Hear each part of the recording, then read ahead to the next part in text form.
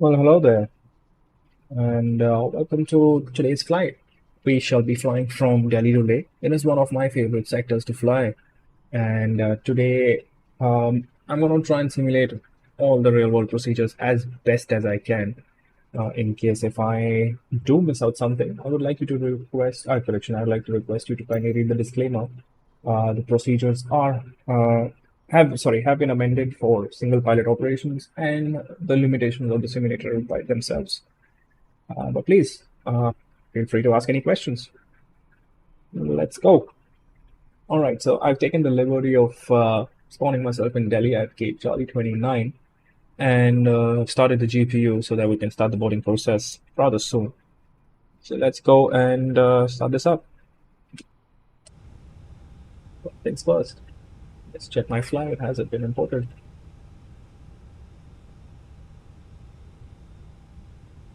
Well, yes, it has. And ground services are connected. Let's quickly check whether everything else has been set up. So we're going to assume that we're a fresh set of crew entering the airplane. And for that, we shall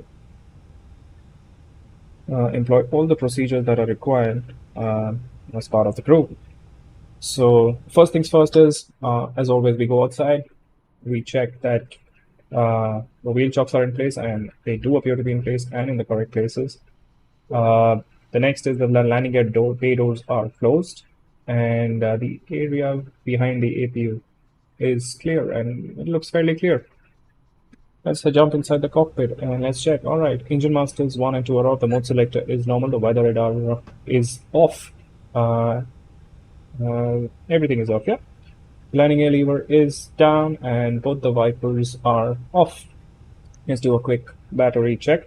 The battery is above the required voltage, so therefore we've already taken the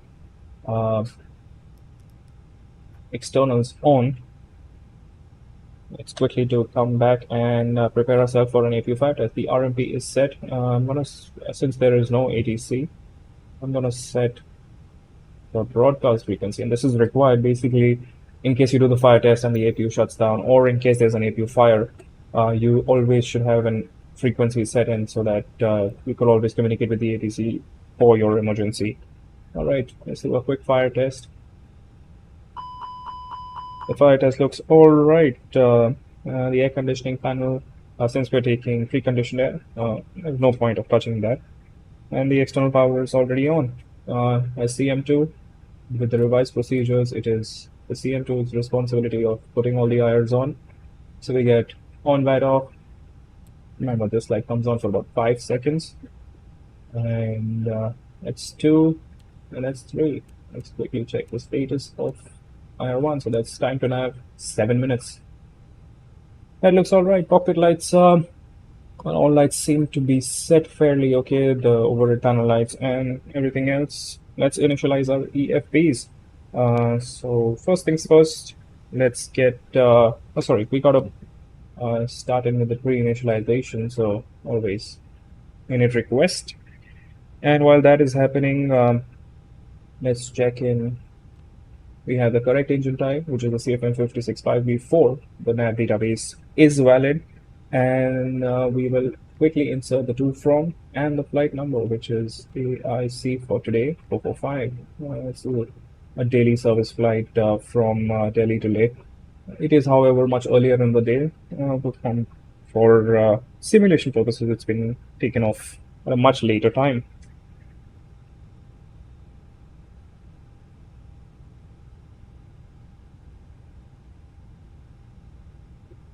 All right, let's. What's the next? We do an EFP setup in which we require to set our basic EFP, but it seems to be synchronized, so I'll just leave it there. We will initialize our charts and everything in the later stage. But first things first, let's do a quick recall check and see if everything seems to be working fine on the airplane. And the recall is normal, so that means there are no prior defects that have been carried forward. The aircraft configuration summary, we usually get that from the EFB. However, this is a limitation of the Phoenix. We do not have that as part of the EQ or H. And there are no OEBs. OEBs stand for Operational Engineering Bulletins. These are defects or shortcomings that the manufacturer has observed and has given you a way around them. So when he does, we will get those. All right, let's quickly obtain the airfield data. And for that, we have a lovely tool. We can either request via this, which is the sim brief panel. I'm going to request that, or I can always go and it does a quick radar search. So as you can see, we get pretty much the same weather of 106 gusting 16. Wow, Delhi is not looking great today. With 6 knots of 5 kilometers of visibility and hazy skies. Scattered at 035, broken at 10,000. Temperatures 31, not bad for Delhi for this time of the year. The QNH of 1005 and no SIG. So Delhi's not looking too bad.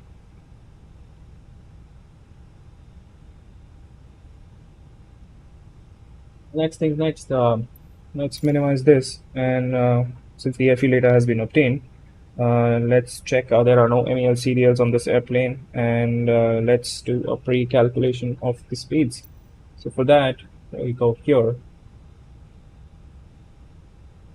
We sync the preliminary road sheet. We are going to be taking off from runway 11. I do not know whether 11 left is definitely not. We're going to do apex on takeoff. We're going to sync the weather. Let's go calculate. And this is basically to be done by both the crew members and then cross-check so that you get the same speeds. And you also, in a way, check the database in your the EFP is up to date and current. All right, since this is done, the pilot monitoring will check out a few pages. So usually those pages are the oxy pressurization. So he checks in that, sorry, I pressed the wrong page. He checks that the oxygen pressure is all right. He will check the hydraulic quantity. The hydraulic quantity needs to be in the green band, and it is. And the last thing he does is he checks the engine oil. So you can see the oil quantity is 18.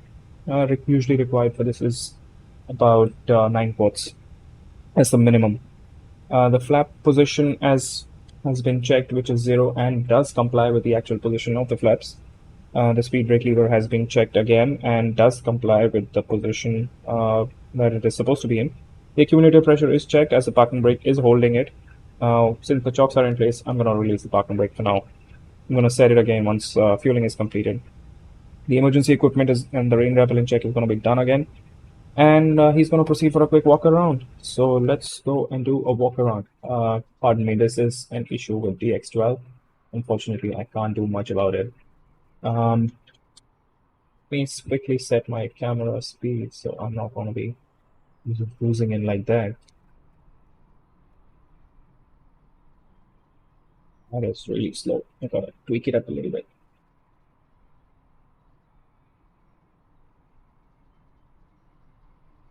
So when we usually go for the walk around, here are a few things that we will see. As we step out from the step ladder, we check the general condition of the nose gear, check out the pitot, correction, the angle of attack vane, and the static ports. They all should not be obstructed. The condition of the pitots here look good. And as we come back a little, you can see that the nose gear, correction, the nose of the airplane is fairly clear. There are no bird strikes or something. The nose landing gear is looking good. There are no defects to the lights as well. Usually these are some things that get damaged once in a while. The next is again checking the pitot here, the general condition of the airplane. One thing to look out here is the static port and the green disc. Because I think this is here, so there is only one bottle, but it should be somewhere over here, and I don't see it. We'll be proceeding forward. Cargo is looking fairly dirty, and we proceed forward. to check out the nose direction, the main gear, which is all right. Usually over here we also check the pins, and the pins are something that um, help us check the brake wear. Next is the general condition of the leading edge, the engine. Uh, there are no signs of any engine trouble. And while we proceed, the wing looks clear. The nav light was not put on by me, so I'm gonna have to check that again. The pins again, remember, two in the front, two in the four in the front, four in the back. Read the rear cargo, bulk cargo, the overboard exhaust valve, the general condition of the tail, and the APU. The rudder is deflected because of the winds. We proceed forward. We get the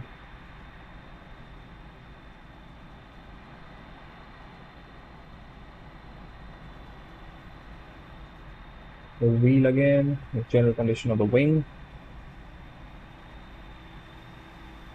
the general condition of the engine again. Let's check out the wheel. No cuts, no damages. The wheel's looking all great. And let's hop back into the cockpit since it did look all right. I think we should be fine. All right, next step, and this process is usually from the pilot flying, so I'm going to be acting as pilot flying today. And as we do that, the first things for us is that simple: all white lights off. So ground control is on. Let's do a quick CVR test.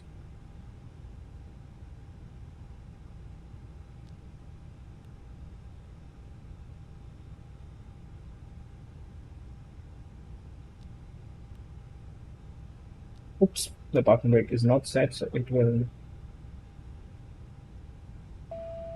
Yeah, so quick tip. Remember, the parking brake should be set to do a CVR test. For my airline procedures, we're going to keep this at Captain first. A lot of airlines will have this at Captain only. The areas are already set, so we don't need it. Strokes can go to auto. No smoking sign can go on. These. This is all right. The landing elevation is at auto. I do not know the number of passengers right now, so I'm going to keep this as it is. Fueling is to be done, but my airline, it's all right to keep these on while the fueling is going on. Engine on fire is just looking good, and so is the engine too. I hear it sound, and let me close that.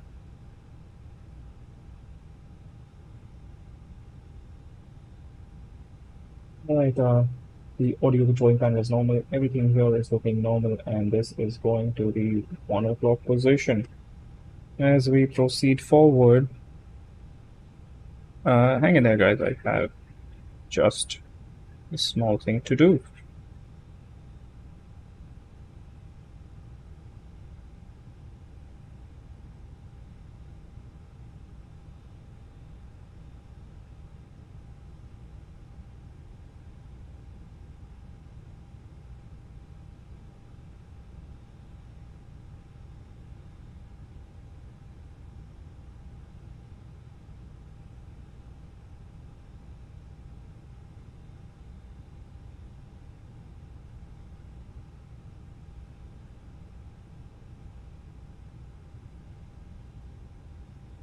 Right, I'm so sorry for that. The next thing is we proceed to the center console. Once the overhead is done, which is called the center instrument panel, we check the ISIS with the temperature correction with the QNH, and it should be working fine. With respect to the altitudes, remember, if they are grossly off, we do need to do and go and check it out. The next thing is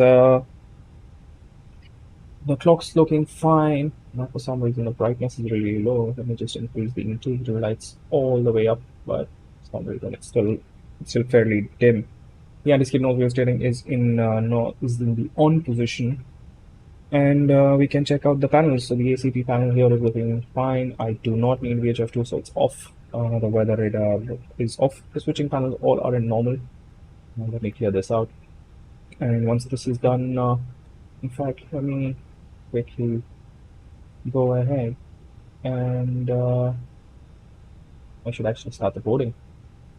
Load aircraft, and I'm not going to wait 22 minutes. It's going to be a 7-minute startup. All right. And sorry, we're proceeding. Firstly, with at idle, the engine mode selector is in the normal position with both the masters off. The parking brake is as required, and therefore it is off as the chocks are holding us, and the accumulator pressure is 0. The gravity gear and extension hand crank is at the normal position, which is the stored position. On the rightmost panel, we have the transponder that is off right now, as there is no ATC, so we will not be setting stuff up there.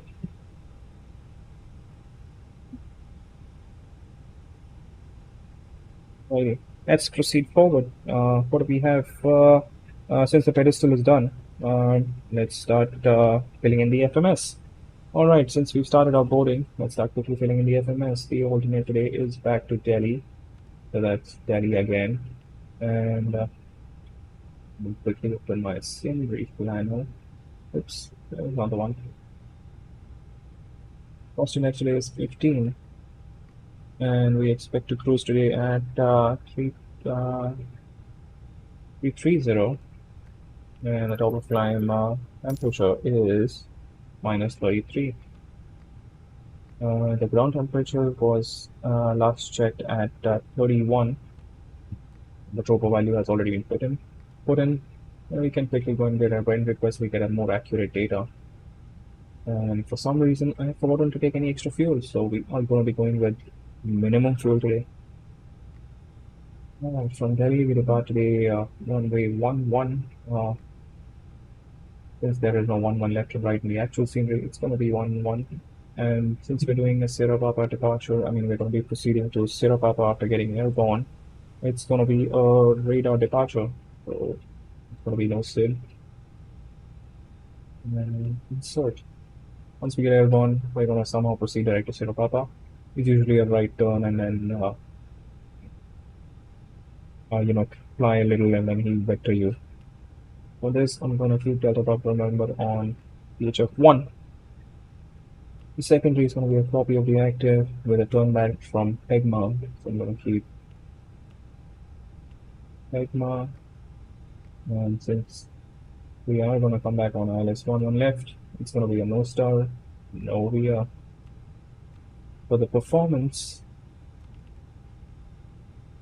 right, winds expected in Delhi is 100 at 6. The transition level of 6.5 now. Remember, these are the new transition levels that have just been increased since the last couple of months. The temperature is 31 and a QNH of 1005. Well, let's check in the minimums since I do not seem to recall them. Root. Go from sim brief. And then you open the flow chart for INS 11 left. Make sure that we get the final. We expect a 927. So let's quickly put a 927 here. And this can be as it is. It is not going to be 12,000. This is been set up for landing delay, which is usually not a case. Alright, let's quickly go through the unit B. As per our flight plan today, we have 0 fuel weight of 58.1. Since there is no CG given, I'm going to put in a default. Remember, the flight plans, we do not get a CG. The CG only comes in once it's loaded. I know the preliminary flight plan here will give, but that's not the real procedure that I use every day. The block fuel is about 6.9, so I'm going to give it about 6.9. Should have taken a little extra fuel. The wind cannot be entered because we've already done a wind request, and the ocean fuel is about 2.6 today. So let's see, giving us 3.6 versus 3.9. That's acceptable. And the speed, since we've already calculated those, we can just go and populate them. It's going to be a flaps 2 with a down point 3.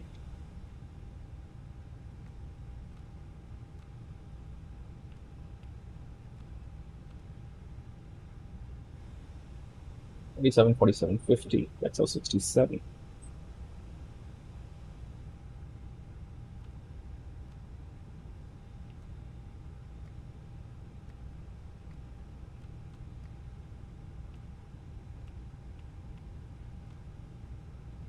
Is all right. I'm going to change the thrust reduction, and the company policy requires me to do a thrust reduction of 500 feet. So with the elevation of, actually, you know what? We could change this in sim brief as well. Well, I don't. Yeah.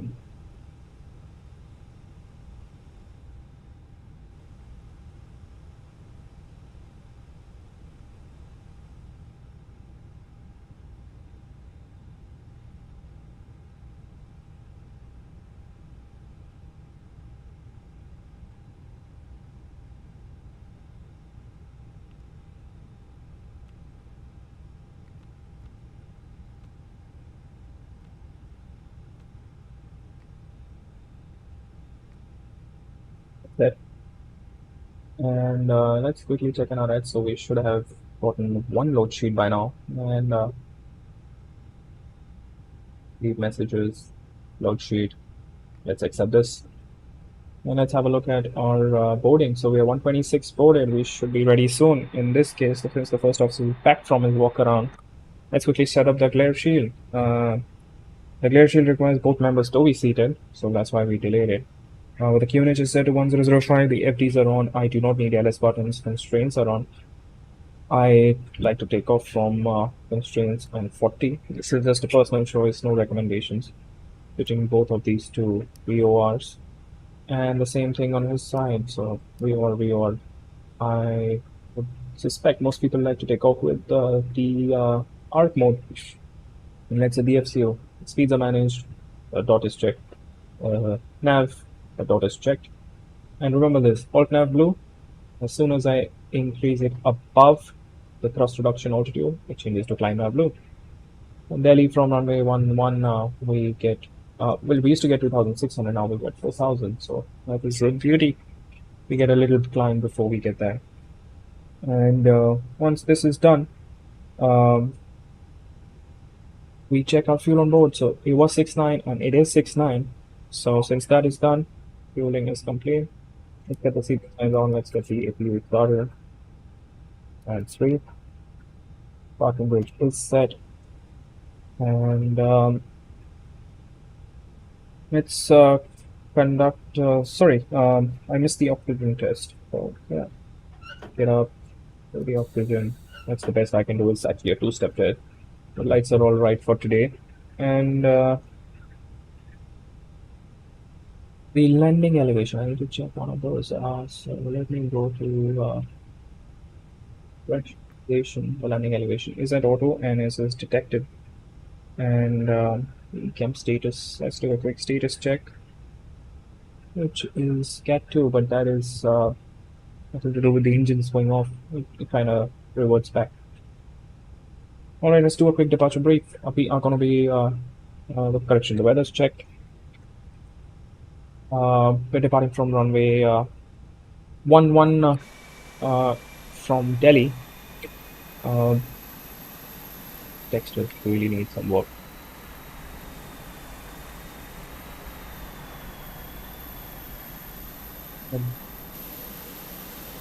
We're going to be departing from runway 11 left. It's going to be a radar departure, so once we get airborne, we're going to turn right. There is no departure.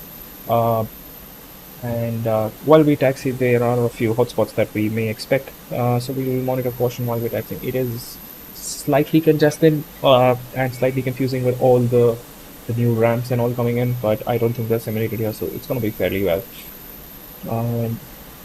Fuel on board, as already mentioned, is 6.9. There is no additional, which is my mistake, so we're going to have to make sure that we landed that much. And yeah, any threats? So the threat today is departing out of Delhi. We have VIP 89, which is a really prohibited airspace to fly over.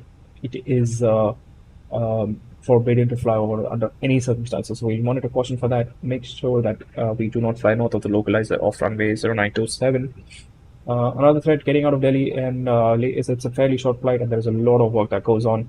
Once we get airborne, it's going to be a pretty busy flight, making sure that we set up everything. And loading is complete. Fantastic. Let's go to ground services. Disconnect the GPU. And partner mode is set. I can close in the doors. The cargo is complete. Remove the stairs and connect the tug. And yeah, and the rest of the threads will be discussed as we proceed towards the lake. Let's proceed with since this is done, let's carry out the cockpit preparation checklist. Cockpit preparation, gear pins and covers removed. Fuel quantity is 6,900 kgs and balanced. Seatbelt signs on. ADIRS, we go always and check our ADIRS, nav, and all zeros. Seat correction, battle reference is QNH 1005. And that is the cockpit preparation checklist complete. Since there is no ATC, we can request for push and start. And the only scan that is remaining is to carry out the final EFP checks. Oopsie, that was the wrong tab. Take final load sheet and calculate. While that is happening, I can open up this. There should be a new load sheet. Alright, so zero fuel weight has been revised to 58.1. The CG changes to 29.5. So let me just amend that. The block fuel remains the same and giving us a take-off weight today of 64.8 minus the taxi fuel, and it is 64.8. So let's see what the speeds that we get for the take-off weight of 64.8. We get flaps 2 down 0.2 now instead of down 0.3.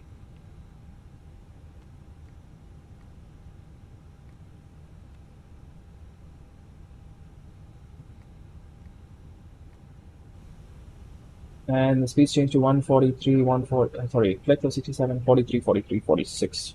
So 67, 143, 143, 46. It seems everything is done. Let's accept this load sheet. We get a green dot of 215, and if we look in here, we have a green dot of 215. So the speeds are looking good. We've accepted that. The first office will be on that.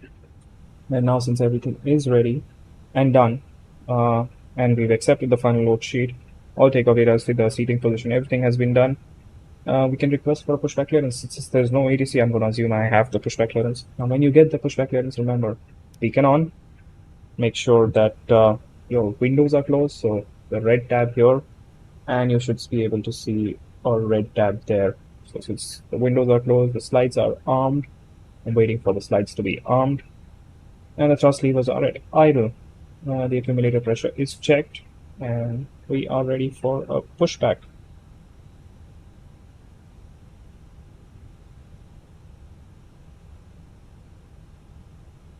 I seem to have some friends coming over at YouTube and checking me out. Hi Gulshan. Hi Mohit. And I'm hoping the retired guy is either Swapnil or Ritvik. But I'm hoping it's I am guessing it's Swapnil because he's taken like 5 retirements till now, so maybe this is one of them. Alright, let's go to our tab, and since everything is done, let's go with Phoenix. And release the parking brake and start push. And since we are off blocks and we're above 2 knots, it's going to register departure time. 6th one on my count. Well, whatever works. Alright, we're good to start. The engines.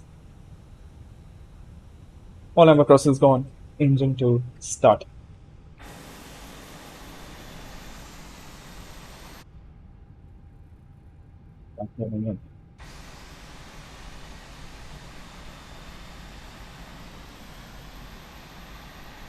That PAT should not be there. Does not look.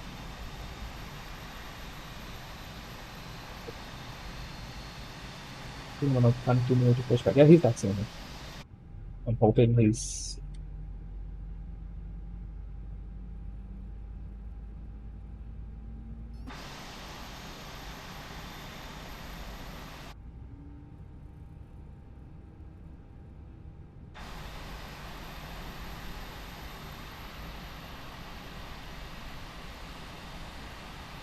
And just for information, Delhi still has single taxiway outside. When you're using 29, you push back the other way, and for 11 you do push back this way. But unfortunately, I do not have GSX, so I have to get working with this. And since that is there, I can stop, set the parking brake, disconnect the tug, and I will taxi out my way. We can start engine one.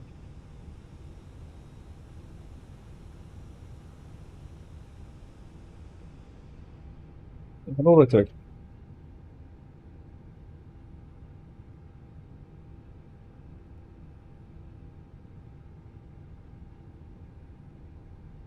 Everyone's here.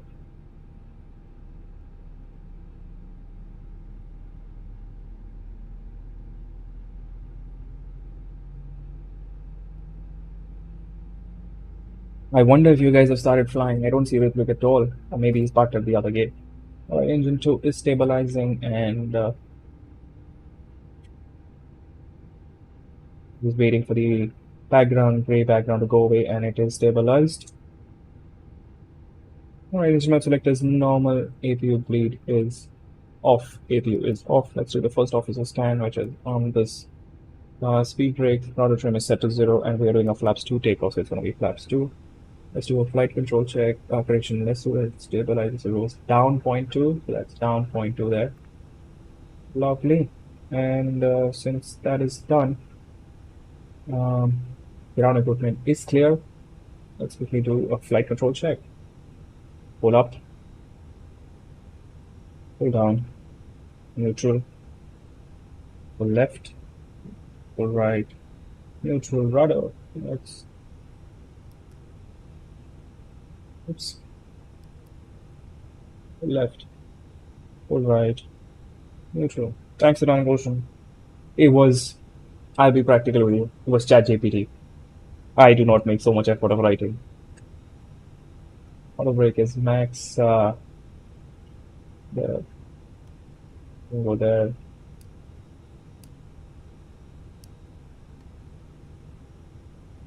And since this is done, we can taxi out. Like I said, and bottom brake is released.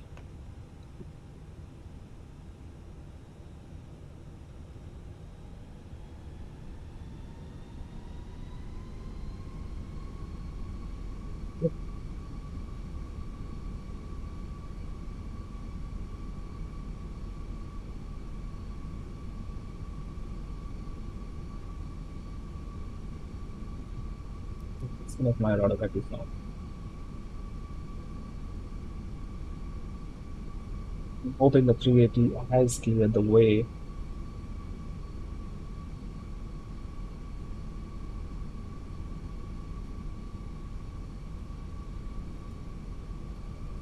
Okay, left side, clear, right side. Let's do a quick after start checklist.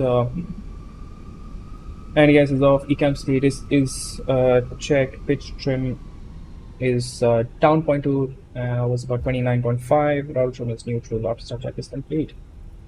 And I'm gonna take Yankee to get out. Get clear on the left. Get clear on the right on the 380.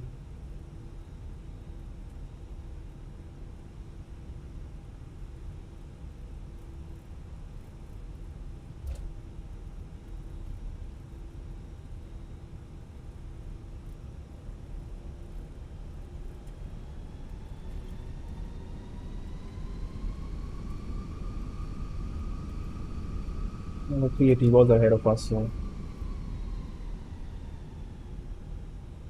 Is this the Volanta Premium overlay? It is not. It is actually a free overlay that Volanta provides for free account holders as well, which is part of the streamer's tool. It unfortunately has, I think if I'm not wrong, only 2 colors. So if you're okay with the 2 colors that they provide, it's not bad at all. So I'm awaiting the cabin.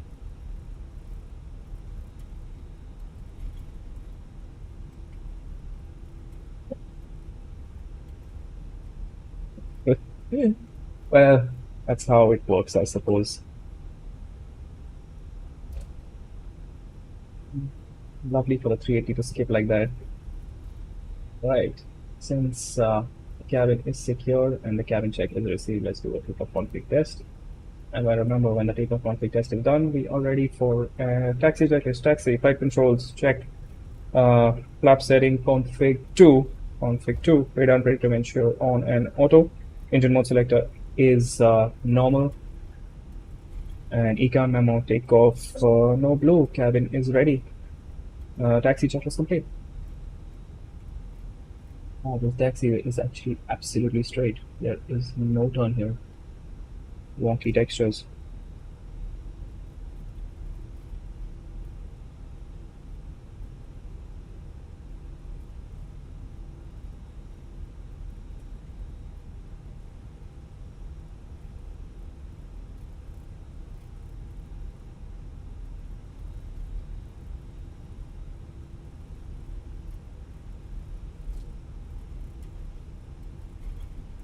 Go, go, go, go, go.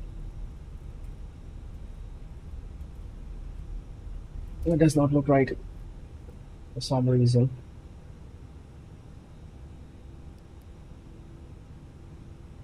Oopsie. Well, we're gonna have to figure a way out. That was something that was totally not intentional.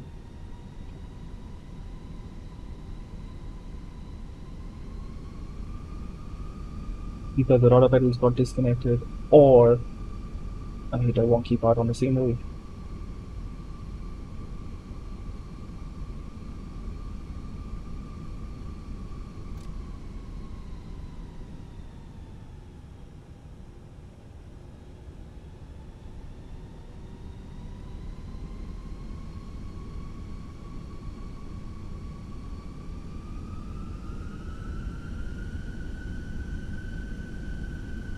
I'm sorry, that was totally not intentional.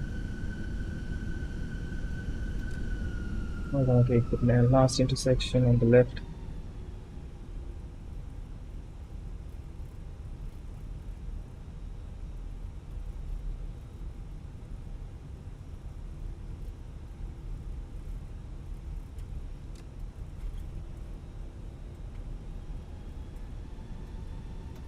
A380 is nicely lined up. And I'm pretty sure that's not an A380, that is either Ritwik or one of the other guys. I don't think I just have the model matching, so maybe it's just.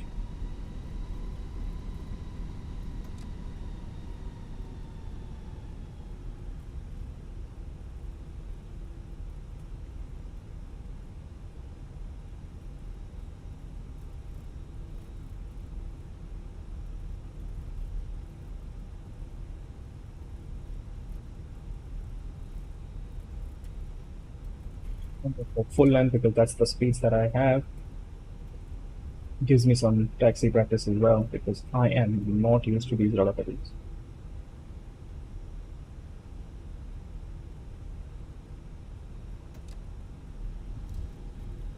The thing is, I need to now look out for the 380 because I need 3 minutes behind him.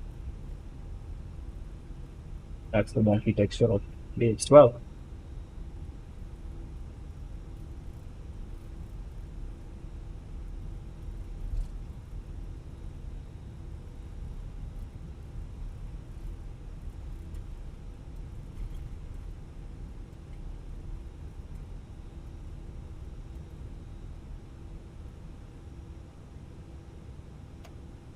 Our brake is set. There's the 380 departed. Well, it looks like he's departing now, so let's do a quick time check because we need 3 minutes behind him.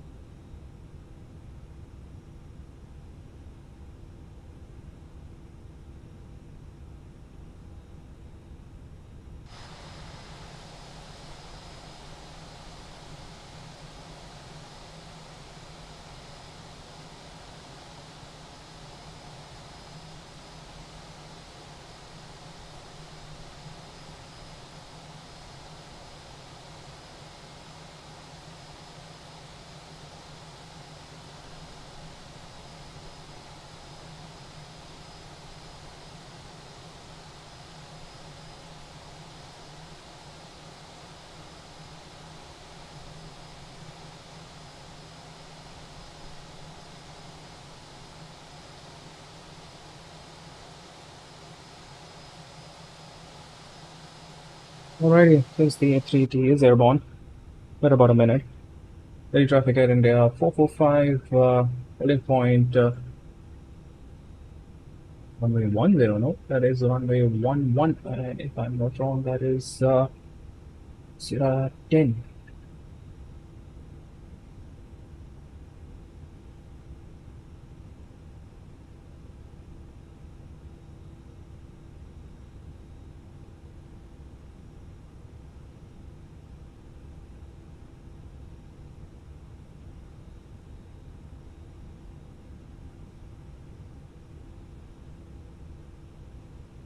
No, that is Air India 445, holding point Romeo 7 for runway 11, direction Zulu 6 now for runway 11 left.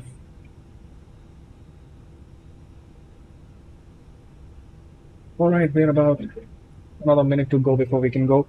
We can prepare our cabin. We can let them know that we will be taking off fairly soon. That's a buzz.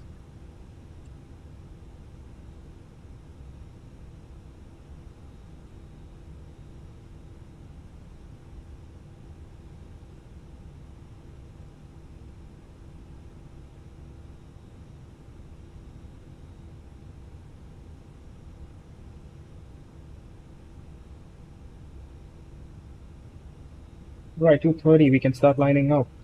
Air India 445 lining up runway 11 left. We'll get the lights on. And we're assuming that we will be given takeoff clearance as we line up. So let's go.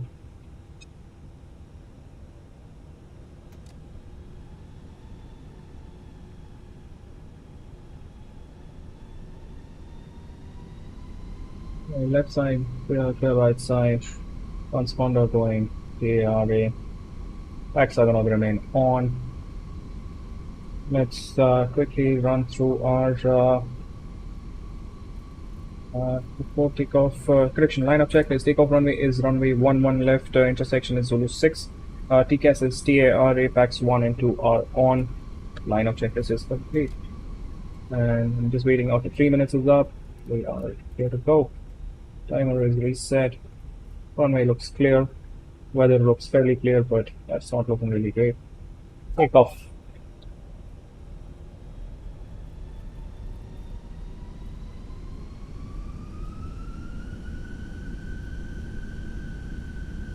Stabilized. Flight 67 SRS auto thrust blue. First set.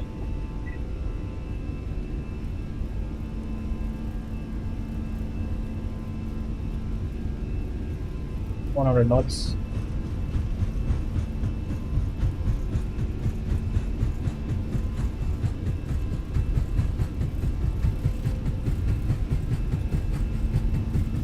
V1, rotate. What's the plan? You're up. Beautiful Terminal 3 of Delhi.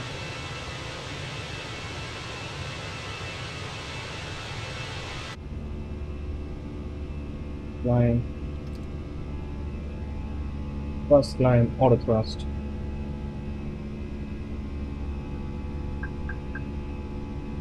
So, second climb, heading 81 is on.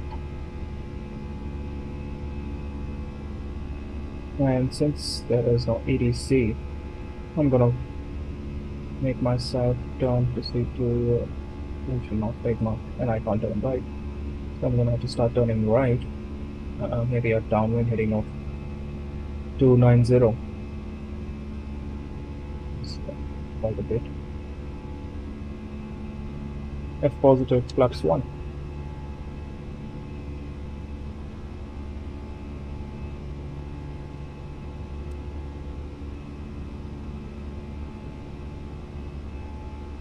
As you can see, we are climbing all the way to our cruise. 330.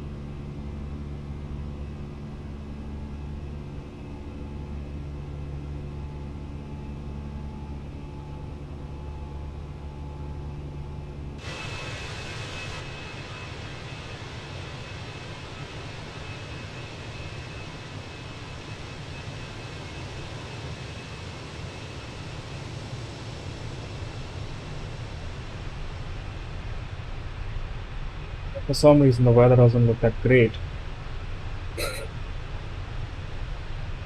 This could be the over-exaggeration from MSFS. Hi there, Kosov. I'm sorry, I just saw your message.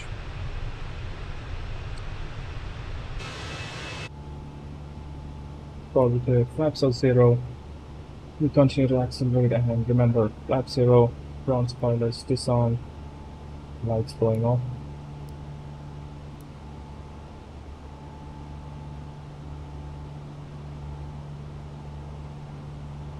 Welcome to the world of a Sovo. Yeah, if alright, standard cross-check climbing passing flight level 5, 6 now. Yeah, ideally, I mean, if I look out from my window and see that, I would not be entering that, but well.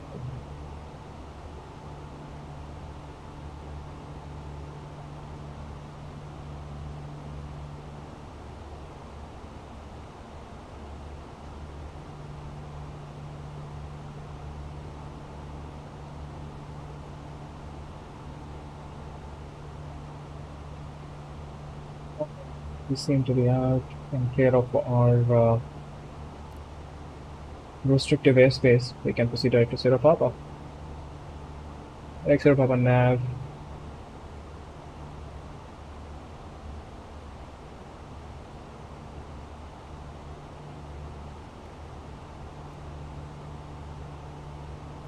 Okay, climb out blue, flight level 320 blue nav, AP1, 182 auto thrust.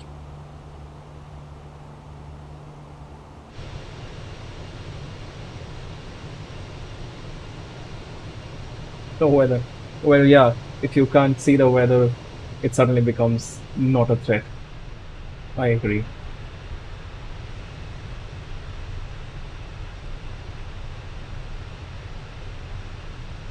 That would really shake you up.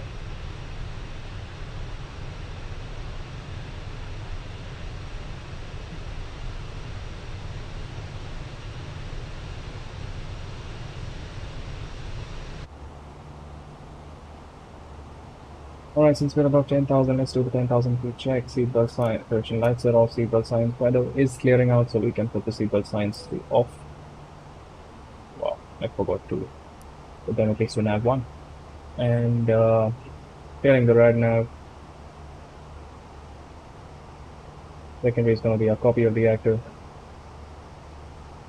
Engine mode selector is normal, and yeah, we are done for our climb out section. Let's get at least a waypoint or something in the zone. That's Sierra Papa, that's Pegma, and as we proceed forward, we should soon be able to see the hills. Nobody would be entering that in real life. I mean, you don't need a weather radar to tell you that you can't enter that in real life. And yes, there is something called VFR on top, but it, it forms under the category of special VFR here, and it has its own sets of rules and problems. So I think I will have to put in the wizard to get some better FPS on the screens. Let's see when we get there.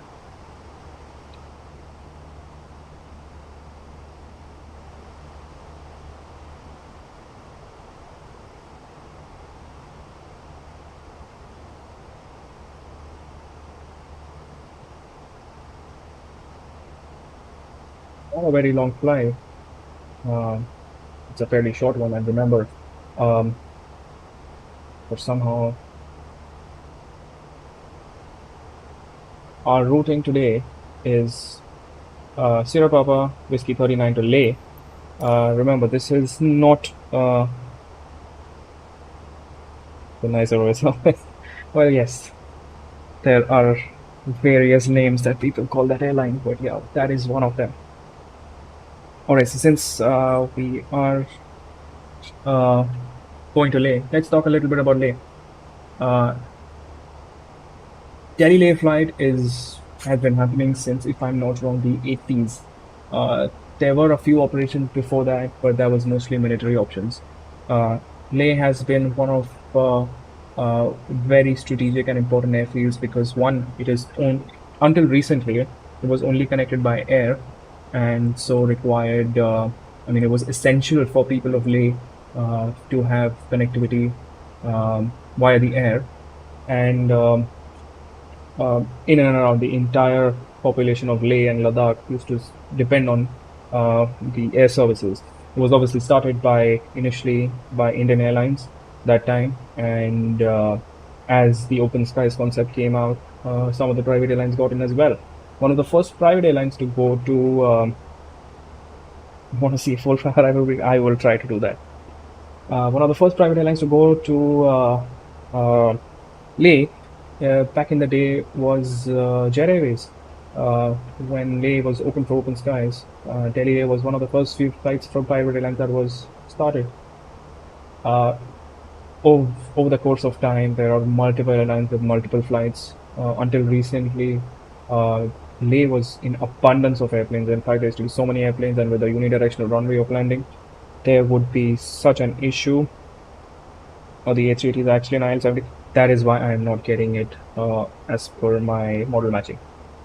And yeah, so until recently, it used to be so hectic, but because of the recent events, it is uh, rather okay now.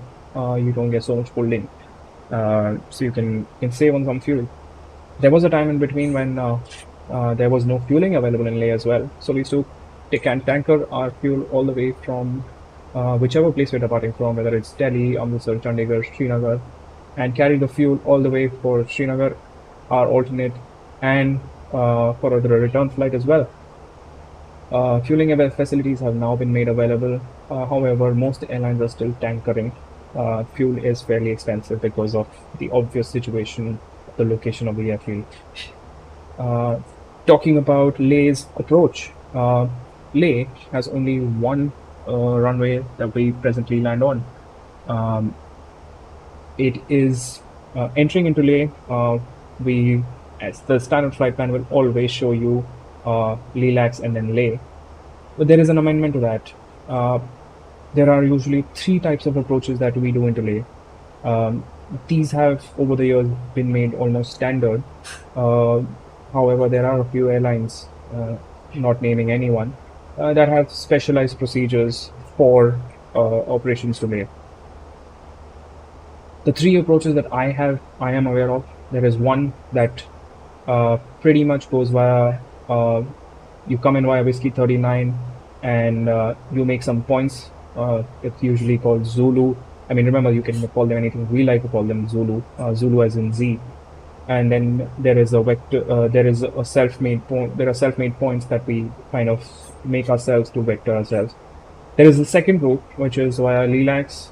We go to a point called Kartswan Upshi. These are fairly popular points. They are not just random names. They actually emphasize the fact that um, these actually are places and have certain amount of significance for the monasteries as well. And the third approach, which we usually fly, is called the mist approach. Z. All right, it is Z. The third approach we call as the mist approach procedure, which is basically carrying out a mist approach and coming back and landing into Leh. It is fairly similar to the first one. It just requires a slightly different maneuvering. That is also an approach that is used in case if we are holding for an extended period of time. We hold at either Leh or Zulu and then come in. For this flight, I'm going to be going in via Katsu and Upshi, which is the second one, which basically tells us we proceed to Katsu and Upshi and then Leh. So after Lilacs, if the Udhampur and Leh, I mean, they're busy with the local traffic, and I see Ritwik flying an IL-76, so I'm going to assume that there is military flying happening. So this is the airway that they'll clear us, because remember that is a much straighter and direct airway. So for those purposes, we usually proceed via Katsu and Upshi. So we'll go via, once we clear via Relax, we go to Katsu, Upshi, and then we make some FMS waypoints, which is basically the overhead profile from Leh. We make, if I'm not wrong, we make A, B, C, and D. So yeah, 4 waypoints. Alpha Bravo Charlie Delta. Can we do option 3, flying parallel to the policeman hill? I would like to do that, but that is a specialized procedure, and I have not been trained for that yet. You know what I'm talking about. I'm hoping to be trained for that by the beginning of next year. That is actually, and that has a fairly significant load penalty because of the missed approach procedure that is required in case if you have to go around. So I'm gonna go to missed approach. Fantastic. Please let me know. I will not start my approach until you are clear. And cool. So let's continue the talk. So yeah, and then we land into Leh.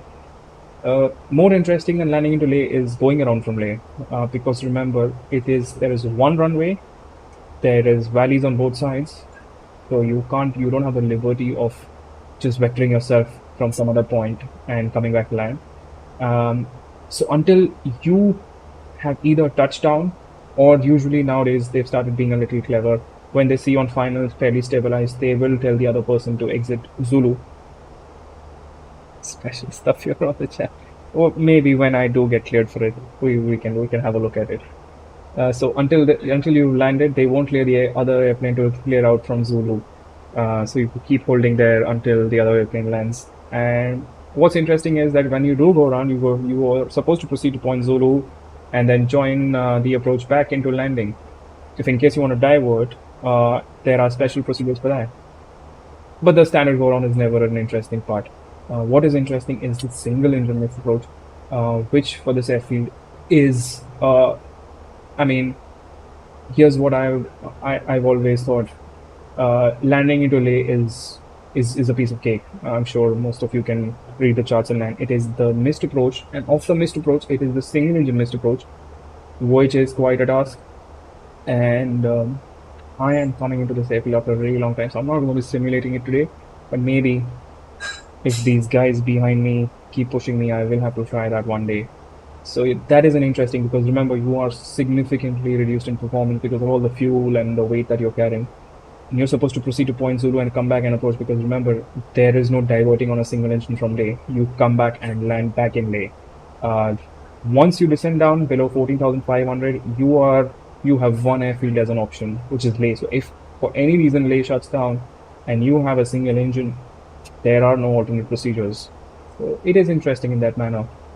While we're at it, let's start making some points so I can help and talk to you guys while I descend. So for that reason, let me get the points for Katsunochi. They are on my tab on my left, so I don't think I'll be able to show that, but let's start making it. So for making some of the points, the Airbus really helps you out. You go to the data page, you turn right, and it says pilot waypoints, and you can just start making them without a problem.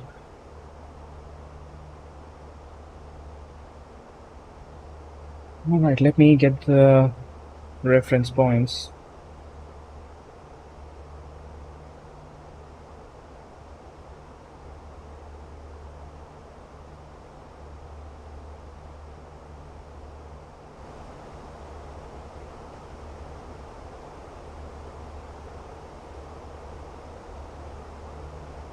All right, so the first point is card source. So it'll be Kilo, Alpha, Romeo, Tango, Sierra, Oscar.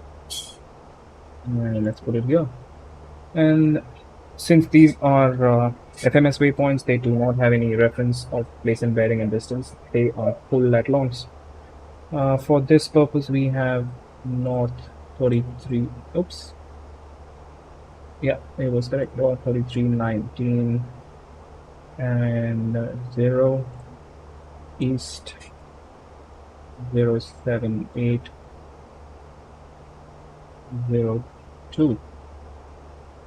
And we put this here. Oops. Did I put a slash in between? Oh, I think I forgot to put a slash in between. North 33 19.0 flat east 078 02.2. Yeah, so 3319 0 north, 7802 east. Let's store this and let's create a new waypoint called Upshi. U P S H I. Let's get the coordinates for this one. So it's north 3349.0 and with a slash east 077 49.0. Gonna be that long as well. So let's store this. And in our flight plan, now we can insert these points. So we're going to be proceeding after Leela to point card source. So KARTSO. We can put this here. And after card source, it's going to be UPSHI. There is no point like 24, so I'm going to clear that out. I'm going to keep Leh for now. And let's have a look on our plan page. So how does this look? So if you notice, after Lilacs, we go away from the valley, which is basically there's a valley right in between.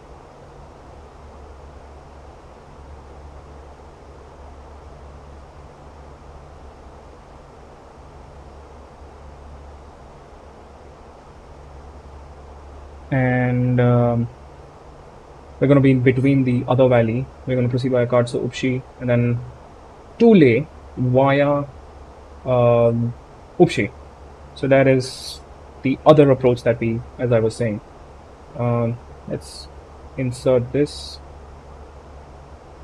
Now we get a little revised revision on the fuel as well.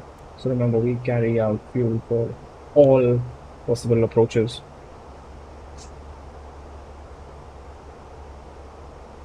What's next? Let's start making the points as well, since our top of descent is not too far and we need to make a couple of changes on our flight plan as well. I should have done this. If I'm not ready for the approach, I'm going to be holding at Lilacs so that I can set up the approach. It is single pilot operations here, guys, so pardon me. It takes me a while to set up everything. Alright, let's look at the approach chart again. So once we do proceed to via Upshi, and on the next waypoint for us will be alright, here's the approach chart that I have right in front of me. From Relax, alternate route is to Kartsno, Upshi and then to Leh. The routing is requested from IAF, Udhampur and Leh on HF well in advance, as it is not available.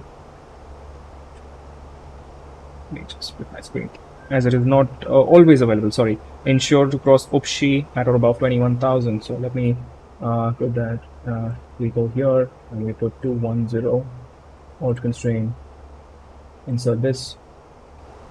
So we are now going to descend below Upshi. We're going to be at or above 21,000, and that is going to be Valley QNH or Lake QNH, as they say.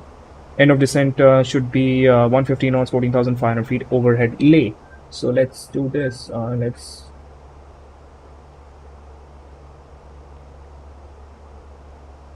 the flight plan discontinuity. Insert this and oops, flight plan.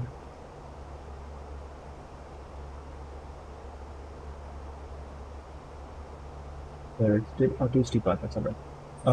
We are going to be at a speed of 150 knots, and it's going to be a flap full landing. Although flap 3 does give you a little bit of added weight, but the approach pitch attitudes are way too high for a comfortable landing into Leh.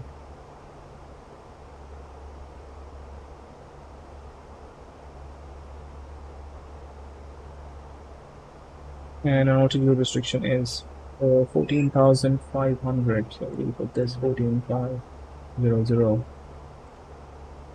Insert this and you can be descending. Oh, are you kidding me? Select desired system. Insert. Always a little reset on the FMS. Too steep path ahead. Well, I hope everything is all right here. Yep. Alright, so we have parts of Leh, and the speed restriction here is at 150 knots. Descending, we can accept descending. Oh, it is resetting itself for some reason. Interesting. You know what? I'll keep it at 150 and this. Let's not keep resetting this. It's gonna crash me. Alright, once we are descend as per FMS profile overhead to Leh at point A 14,000 and flap 15. Sorry, not flap 15. It is going to be about flap full and gear down. So let's get the point A coordinates. So again, the same thing. We go data, right, pilot waypoints, and let's say new waypoint. We call it A. And let's get the coordinates for Leh. It's north 3408.4 slash east 077 33.6. That's the lat long for A. We're gonna store this. We're gonna create a new waypoint, which is gonna be Bravo. And there's going to be something interesting between A and B, which I will let you know once we are approaching B. B is going to be north 3411.0 slash east 077 29.3. Let's go this. Let's go a new waypoint and call itself as Charlie. And the coordinates for Charlie are as follows: north 3408.5 slash east 077 27.6. I'm supposed to be posting that, but single pilot ops. And then the last one is Delta. And Delta coordinates are north 3407 07.2 slash east 077 29.7. So let's store this. So we got all the waypoints, Alpha, Bravo, Charlie, and Delta. So here we go. Let's go to arrivals into Leh. There is going to be nothing, so we're just going to plan for runway 07. It's going to be no star and no VIA. And insert this. So after Upshi Leh, we shall proceed to point A. So all we have to do is after Leh, we type point A and it picks it up. And remember, A restriction is 14,500, so we can just go 14,500.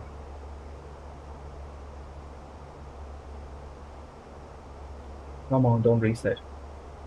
It does. I'm not gonna mess with it too much. Yeah, it has picked up. Alright, next one is going to be after A is going to be point B, and the B restriction is I need to be at 13,000, so I'm just going to go here and put 130. I think that's a much better way, but then I cannot. I have to just press this. After B is going to be C, and let me just put in the last one, D, and C restriction is at 12,000, so 120. and delta is 11,200.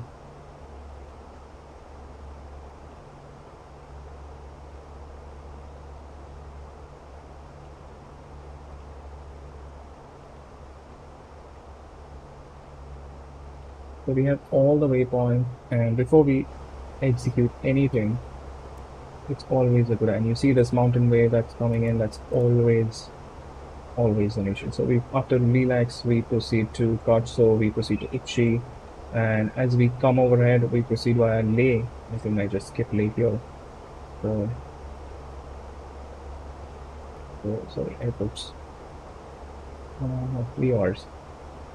So we proceed overhead, Leh VOR, and then we just make a big hoop and come back in and land. So let's execute that, and that center extension just helps you find the final approach fix. Remember, that's A, and you know what I can do? Here's an interesting thing that you can always do. You can make this an overfly waypoint. Good. Here's what it does. It makes sure that you overfly it, like you can't skip it. And the only thing here is we need to set a speed restriction, but it's picking up 270. That is not really possible. Leh needs to be full final approach configuration. So let's see what is the approach speeds that we get into Leh. What's the latest? It's gonna say not available. Oh, it is available. So it's winds are 1805. Temperature is 25, which is way too high, and clearance 1020.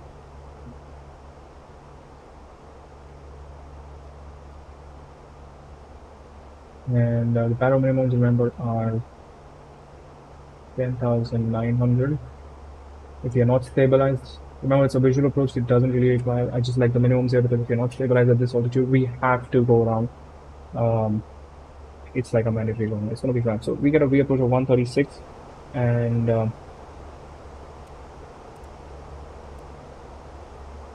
right, let me quickly put in my V approach at Leh, so because that's where I plan that.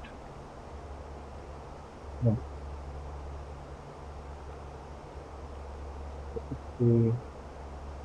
I will be fully configured at 136.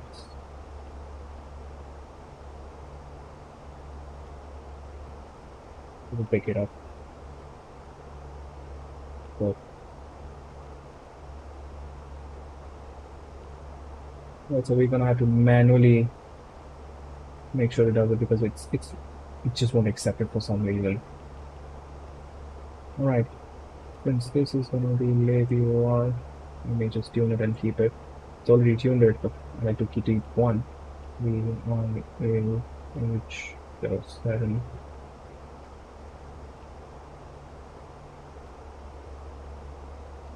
There's pretty speedy descent as well. And this is set. And for thrust reduction altitude is not gonna be this, it's gonna be 14,500. Acceleration is, sorry, also gonna be 14,500. And the engine of acceleration is also gonna be 14,500.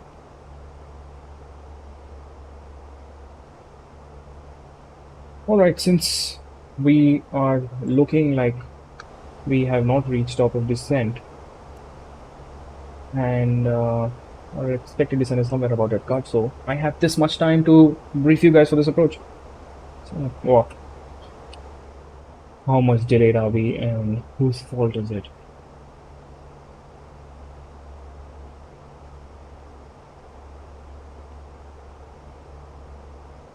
Yeah, I see. Ops tells me that I was delayed by 19 minutes, and to try and give the delay. So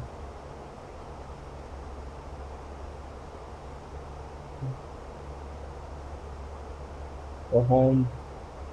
Delay allocation card. Um, what was the reason for the delay? I'm gonna blame it on the IL-76. Uh, you know, it totally took my spot of takeoff, so it's gonna be ramp delays. Ground of the information and incorrect the class.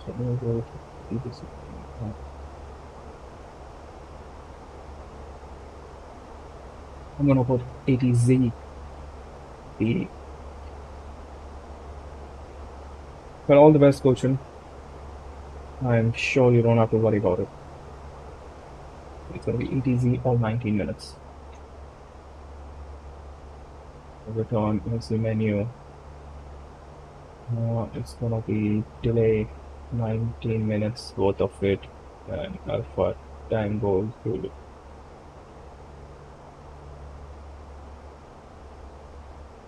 Hope these guys are happy.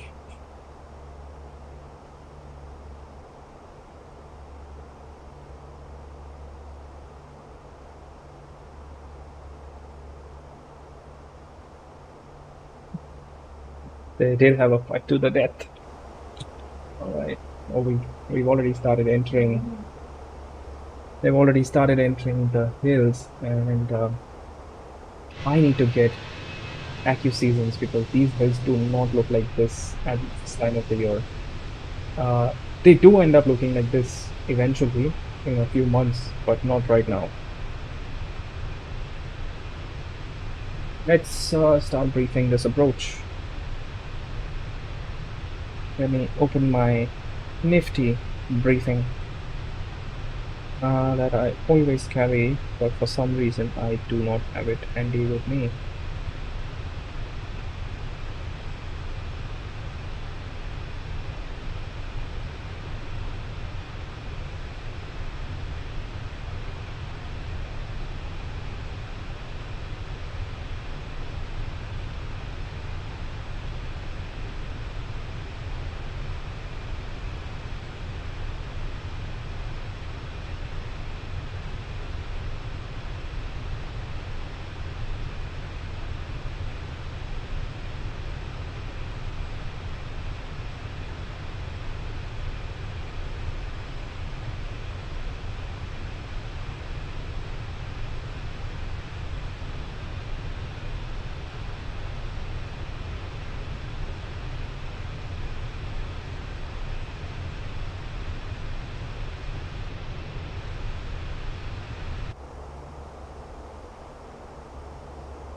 Company message again.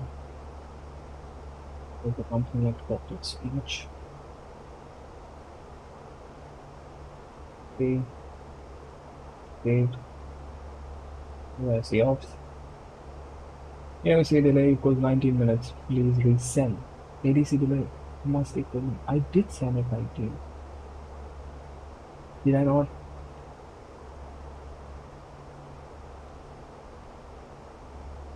ADC delay 19 Alpha Tango Zulu. End this, please.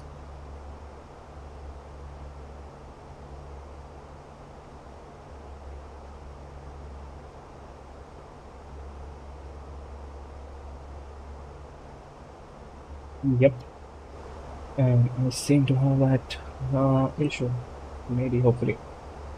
Company message. If it's another one of those delay reasons, I am not sending them delay. I'll talk to them on the ground. I'm gonna talk to you on the ground. Alright, since I do not have my nifty briefing, it's gonna be a fairly short brief. The points have been discussed. The weather has to be visual below 21,500. Once we descend into the valley, anytime we lose visual reference of the terrain in and around, we are gonna execute a missed approach and oh,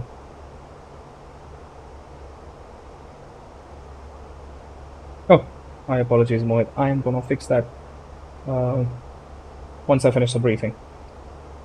All right, so where was I? Yeah, so we're gonna carry over missed approach and proceed to our alternate, which I have filed back for Delhi.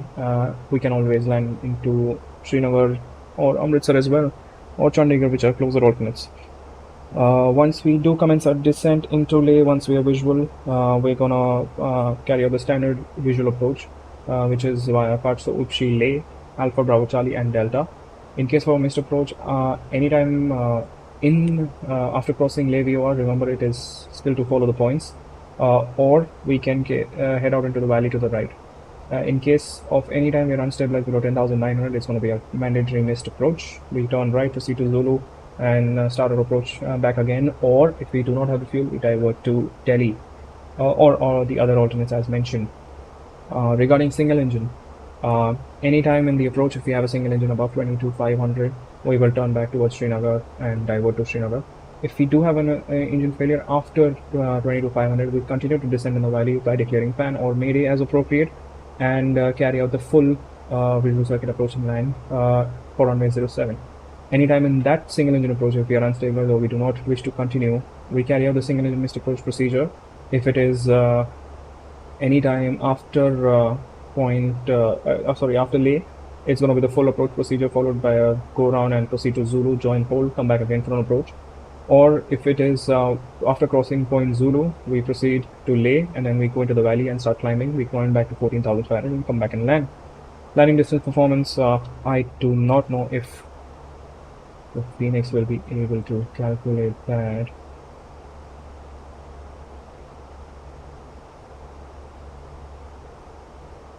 Let's try, apply METAR. It's going to be a landing weight today of, we have a 0 of 58.1 and an AFOB of 4.1, so 59.60, 61.60, 2.2.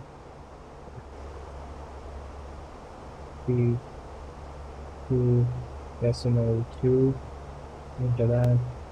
Brakes are going to be low, reverse, yes. It's going to be manual landing flaps full, auto thrust is going to be on. What did I miss here? Runway. There was 7 left, yeah.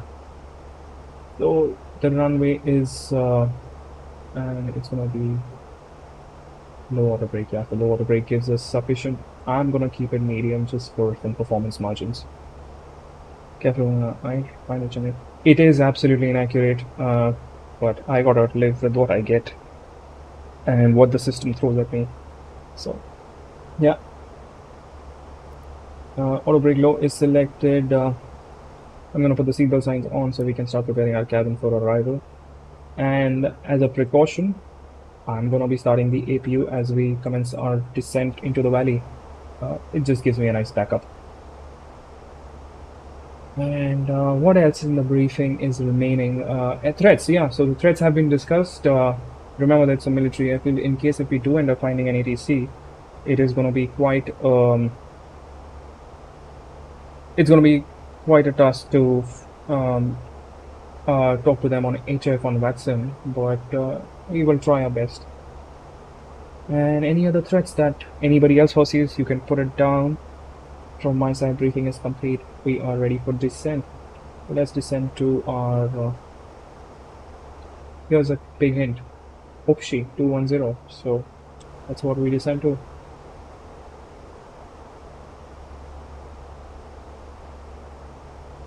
Lima traffic, Air India 445 descending, approaching Kadso to be level, flight level 210 by Upshi. Let's go. First I'll open descent, alt blue, flight level 200 blue. It should be 210. That is exactly why you should read your FMA.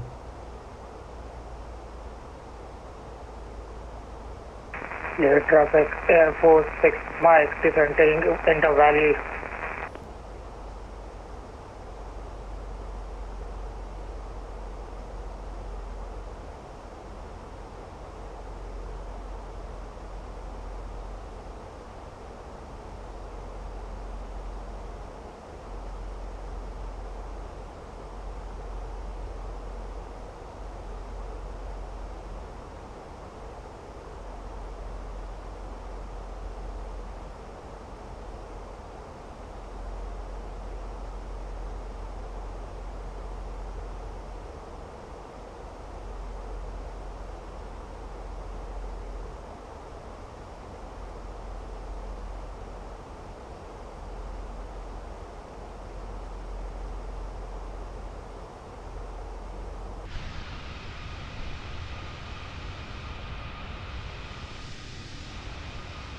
What a beautiful valley this is in the winters, and it's a shame that we don't get to see it.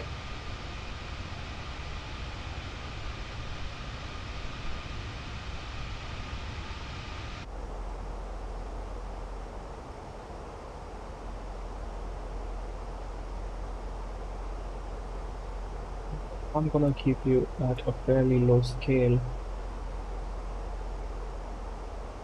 I hope I have the correct transition level here. Oh, it's not 0.5. It is 225.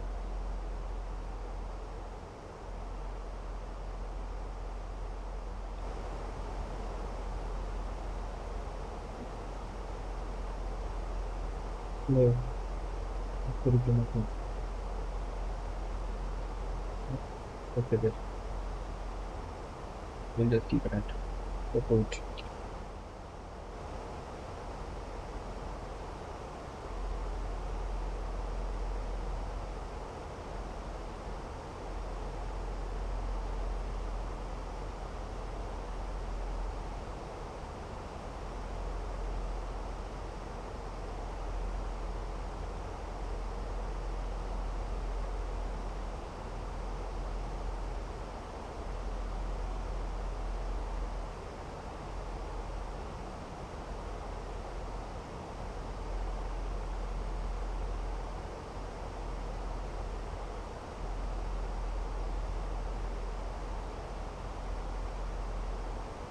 Since we're approaching Upshi fairly well, let's reduce our rate of descent.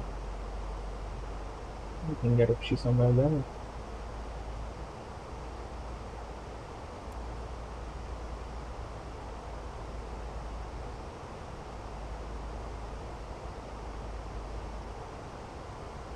Great briefing, no questions. I see the valley is fogged up. That is correct. I too see the valley fogged up, and if I do not have visual contact, I will have to change. There is only something that I can do instead of live weather. Let me go clear skies. But wow. Okay, excuse it, huh?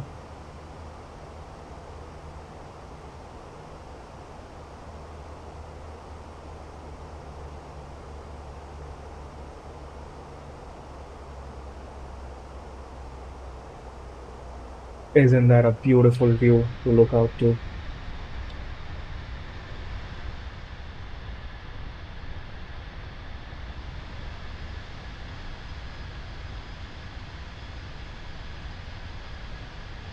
Hey, that's sweet. I know. If I go to, oopsie, not that one. Live weather. Remember, this flight is supposed to. I mean, there is no operations at this hour of the day, so the valley does get fogged up. Just for the sake of me completing this flight, otherwise I'm gonna be diverting back, and I really don't want to divert back right on my first flight.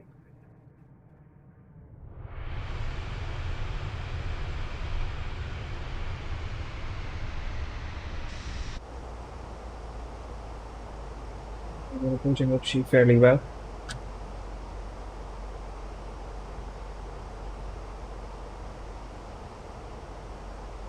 The open. Remember, we cannot take flaps below flight level 200. And here's a question. The book says you cannot take flaps below 20,000 feet. Well, most airfields, 20,000 feet is in the region that we're operating in is going to be a flight level. So do you reference that altitude with the flight level or standard barometric, or do you reference that altitude with the local pressure of the area? You're going below 285, so I'm going to set that setting Valley QNH. It's going to assume 1013. That is expected. And we are, so we can now proceed towards a valley of at 14,500.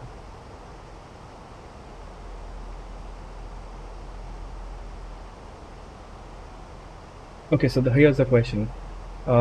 the flaps cannot be taken. The book says the flaps should not be taken below 20,000 feet. It says 20,000 feet. Let me remind that again. Do you reference that? We crossed up here going open, and it's actually the approach phase. So it says 20,000 feet, and in most areas that we fly at 20,000 feet, you'll be a flight level. That is, you'll be referenced to the standard barometric pressure of 1013. So when you're flying into a region that has still got barometric value, let's say 1008, would you take flaps at 20,000 and the correction for the QNH, or would you take it at flight level 200?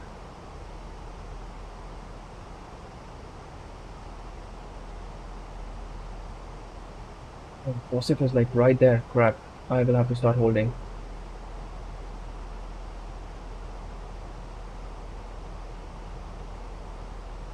Thanks, Joseph. Thanks for screwing me up on this approach. And I have been such a genius. I did not make point Zulu thinking I will not need it, but it appears that I need it. So I'm gonna hold at Lay VR at 14.5. Lay traffic, Air India 445 proceeding to Lay. Joe will be joining the hold overhead. And remember, I would say 20,000 feet local QNH. Okay, that is one answer. So here's what Airbus says. Airbus says it can be flight level 200 or it can be 20,000 feet.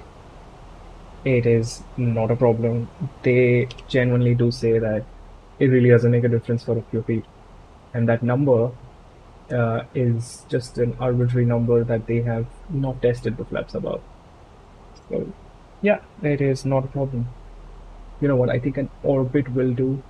So I'm just gonna go left, and time is gonna be 0. Insert that and see what do I get. Yeah, I'm gonna get a big zoom. Since I'm below 20, flaps 1.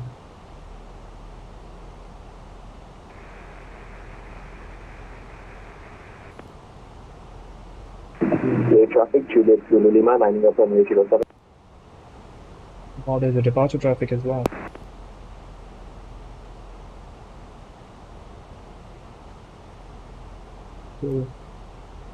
Oops.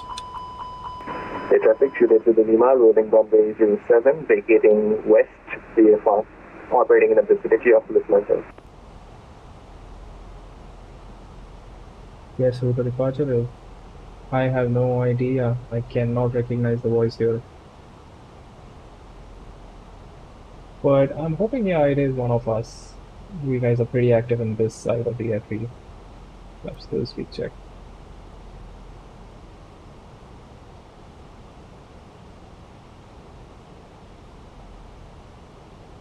It's basic.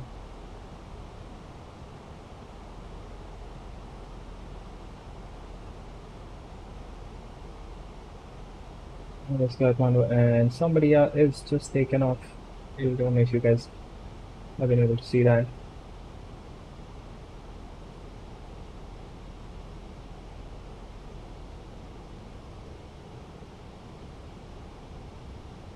Lay traffic, Air India 445 orbiting over at Leh, and will be commencing approach once the IL is on finals. Ronald McDonald. Oh, sweet. I did not know Ron Sir was flying.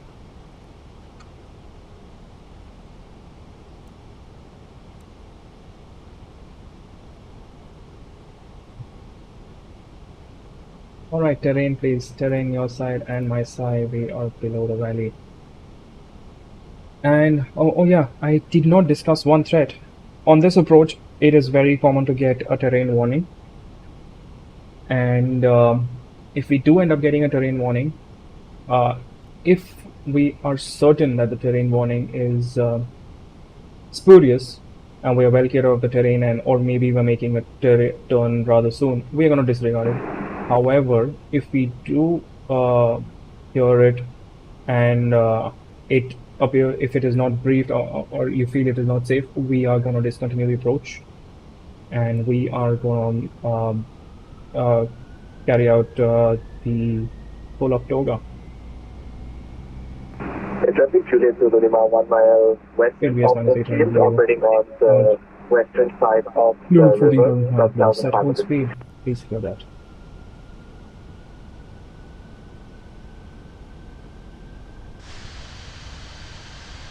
This hold is fantastic when you get to hold over lay. Very rarely do you get. I've never done this. I mean, I've been fairly lucky that the traffic management has been good, but this hold is beautiful.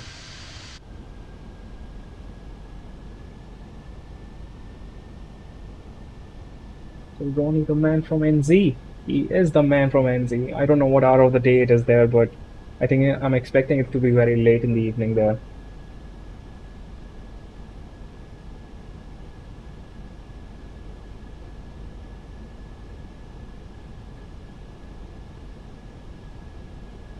Requesting traffic information from Leh, Air India 445. Where 25? Say again for Air India 445.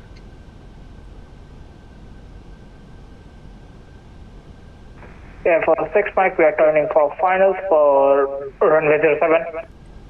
Copy, turning finals. Air India 445 is proceeding point Alpha for the approach. Alright, quick. Before I lose, direct to Alpha please, and execute, and 6, sorry, 2. We can go Alpha, we can do gear down, manage our speed. Please manage. Oh, sorry, wrong button. And since this is a visual approach, it's going to be hand flown. I have controls. I'm sorry, I'm not going to be looking into too much to flaps 3, flaps 2, landing checklist, landing. The ECAM memo is going to come a little late. And here's the interesting point for those who are wondering. On final Between runway point 07, Alpha and Bravo for 6 is Mike. the point which is called Khardungla, the highest motorable road. So if you're ever flying into this region, that is the point to look out for.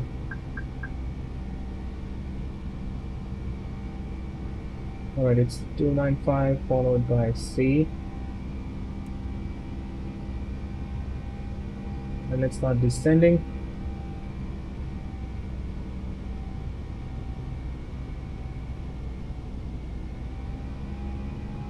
Somewhere over here is Khardungla as you proceed towards. This is point Khardungla. If you ever like to bike it down, that is the place to bike it down. Alright, we're approaching Bravo and we're clear left side, we're clear right side. Let's start turning towards Charlie.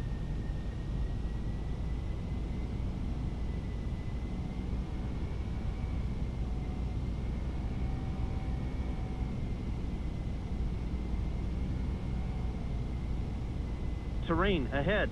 Pull Yes. up. So this is exactly Terrain what I was ahead. saying. Pull We up. are, since it's forward looking terrain, for some reason it just Terrain ahead. Pull up. cannot understand that I'm going to be turning away from it.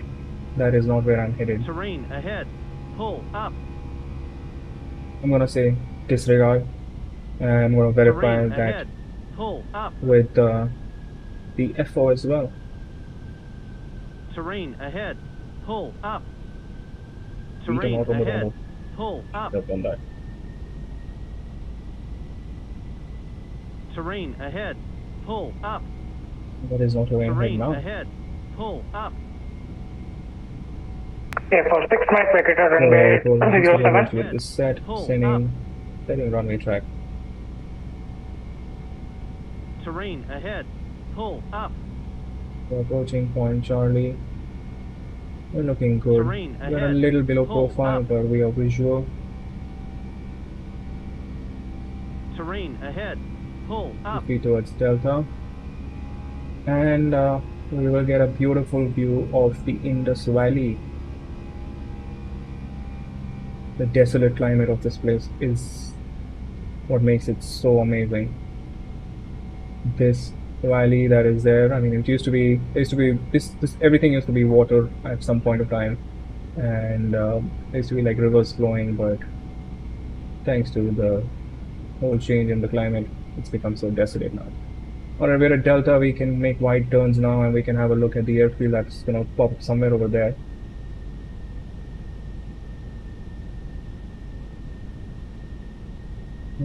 Start turning in finals, and I'm hoping I have not overshot the turn. I have overshot the turn, and I am a little high. I'm gonna have to snake in a little. VS here is acceptable to be a little above 1000, but nothing above like 2000. So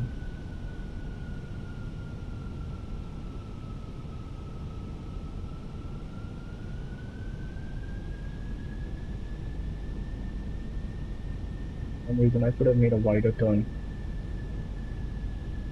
Well, there goes nothing. 100 above. I am extremely high. Minimum. Nope, not happening. Go on flaps. Flaps 3. Come on. 9 to guys, let's go on track. Positive climb. You're up. And since the FMS has deleted everything, I'm gonna have to proceed towards Point Zulu, which is to the right.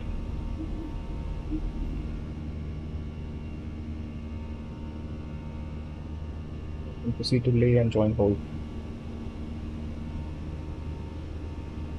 And we press the Gompa.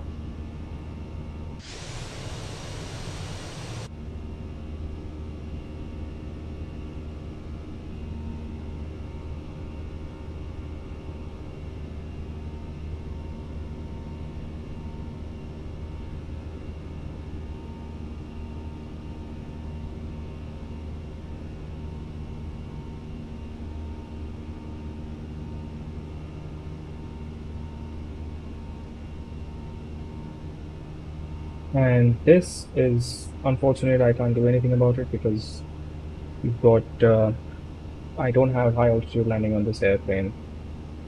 Phoenix just didn't make it. Alright, second time's the charm. We proceed to Zulu, which is somewhere on that reference heading, and I can quickly make the points of Alpha, Bravo, Charlie, and Delta. Insert that, and let me quickly activate the approach phase. Insert score on track, and once we reach 14.5, we can start turning inbound. All star GA track, and somewhere about now, we should get Alt lever climb. Speed Alt AP1. Let's start accelerating the flaps 2. And activate the approach phase, so we get a nice shallow turn. Why is it showing on a page that in the lower recam?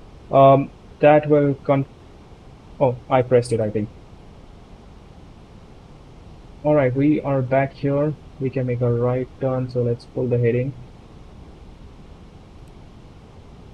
Air traffic at India 445 went around, proceeding Point Zulu, turning back right for an approach back into Leh runway 07. Let's take a little ride so we can make the left turn from Zulu.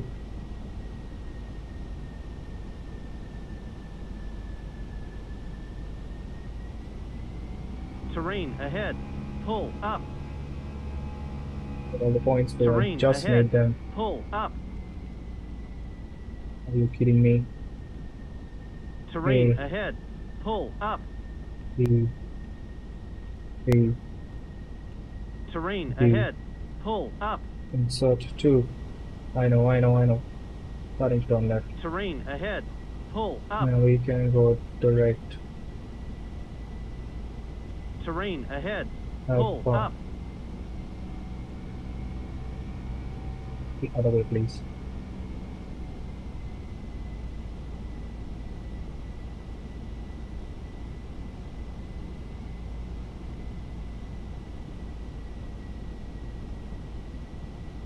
Hoping all the other points are in sequence.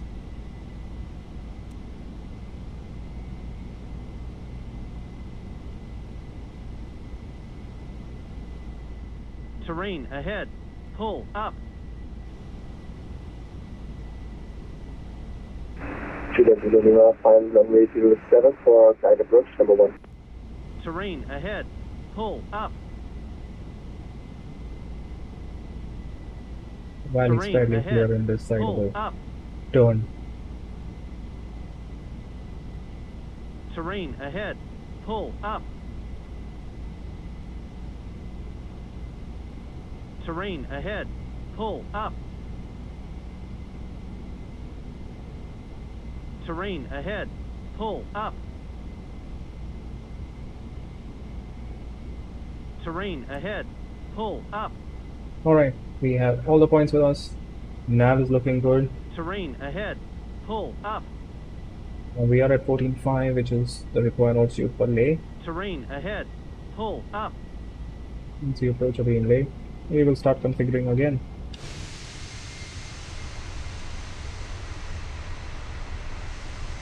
To be fair, this is genuinely my first landing in this sim into Leh.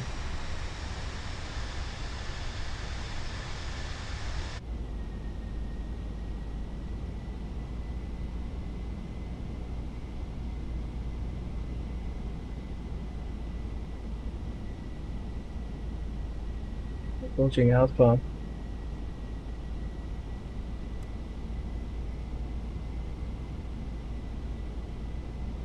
Look at him, get down.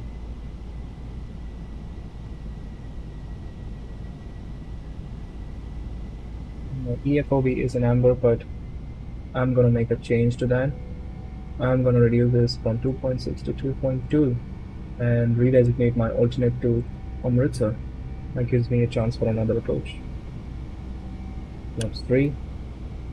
Flaps 4 will be taken once we have become our turn. No pressure then. Thanks, it on mobile.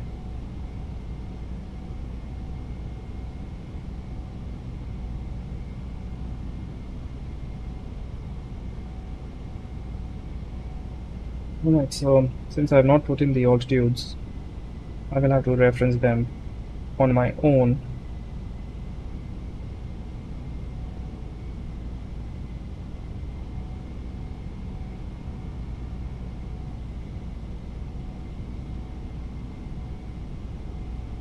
Alpha is 14.5, Bravo is about 13, Charlie is 12, and Delta is 11.2. Next altitude is 13,000. I'm just gonna keep that set. The BFD is off. So it's coming on. And the course is 305, so I'm just gonna keep this armed.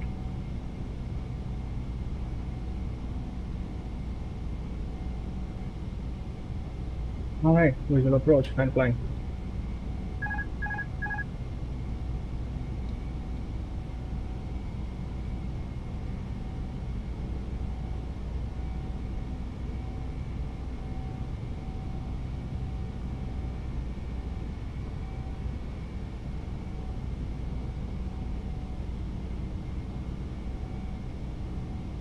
So basically, somewhere over there is all the roads that they climb, and then they pass through the points here, and somewhere over here is the Hardungla.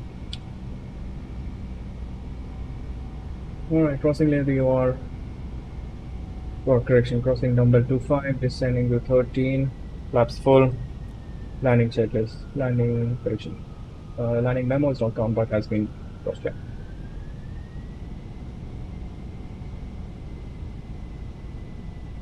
And again, we might get a terrain warning here.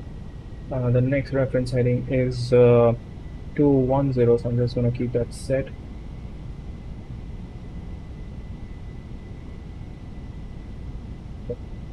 Back.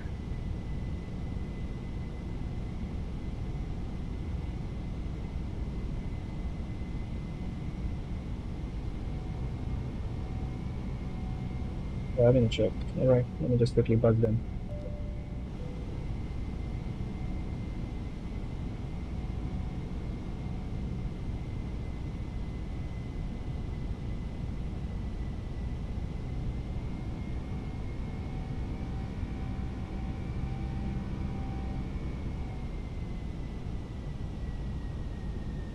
Alright, Since we're approaching Bravo, the altitude for Charlie is 12.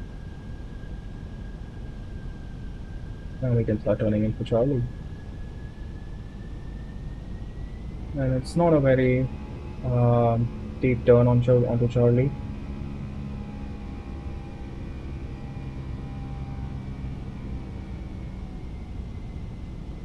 Terrain ahead. Pull up. Terrain ahead. Terrain ahead. Pull up. Terrain ahead. Pull up.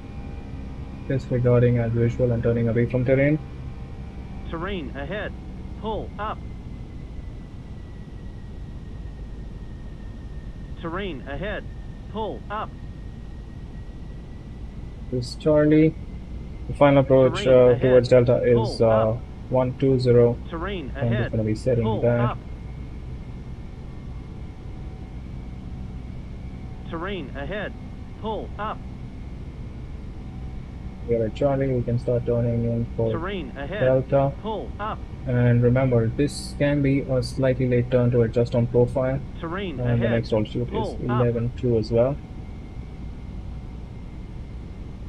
Terrain ahead. I'm going to take Pull a up. slightly wide turn, so it gives me some altitude to descend.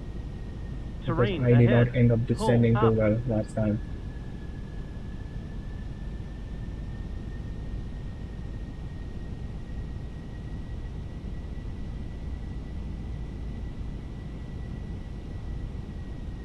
A nice wide turn to get that extra track miles for landing. I'm setting the missed approach altitude of 14.5 if I'm able to while making this turn.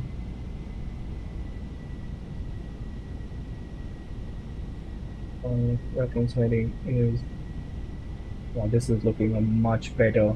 This is how it should be looking. So this terrain is actually descending with you, so it appears that you're like at 300 feet. You can go as low as like 300, nothing below 300 because that makes it a little too close. But the terrain, remember, is descending with you, so it appears that you're rather not descending, or you're just the terrain is too close, but it is actually not.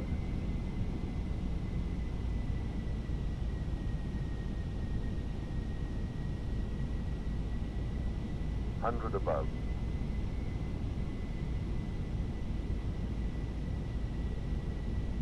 Minimum. Continue.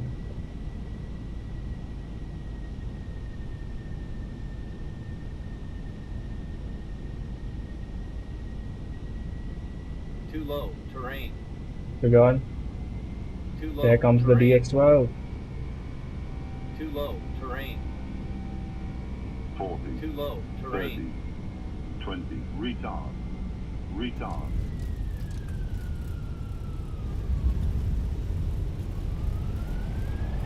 Hey there, Ron. You've just come at a lovely time, and thank you for clearing the runway for me.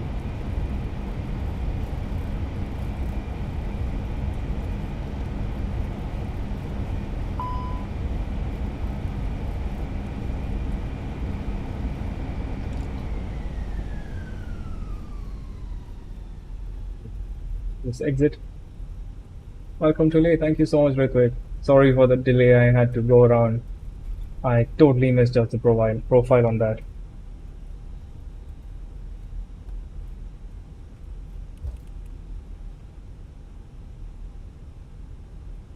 Can take the next left.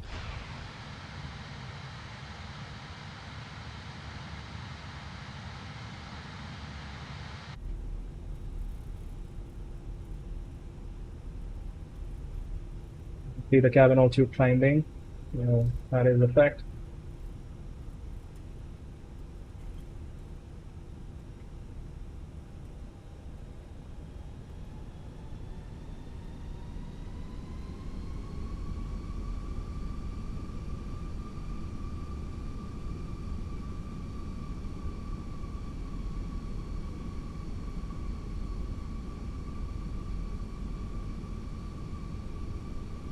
It's not such a steep climb to the civil terminal. A318, yes. That happens when you don't have proper model matching.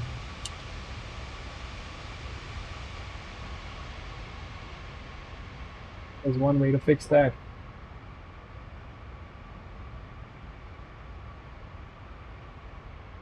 That's fine. Well, the go around could have been a little better if I would have planned it a little better. But all in all, not bad. And Ritwik, I'm just going to be parking at the civil apron, which is here. I'm going to take a right and then a left and then get into the terminal. But if my airplane starts moving, that is, I'm at almost 50% power. That's how rare the air is. Right, since this is happening, we can quickly let this down. Oops, forgot to put on the lights. That is a learning. And start the APU.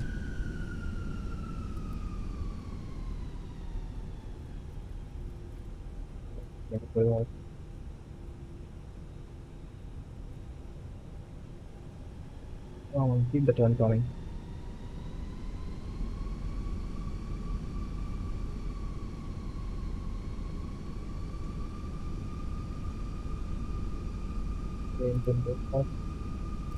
Besides, come on, climb up.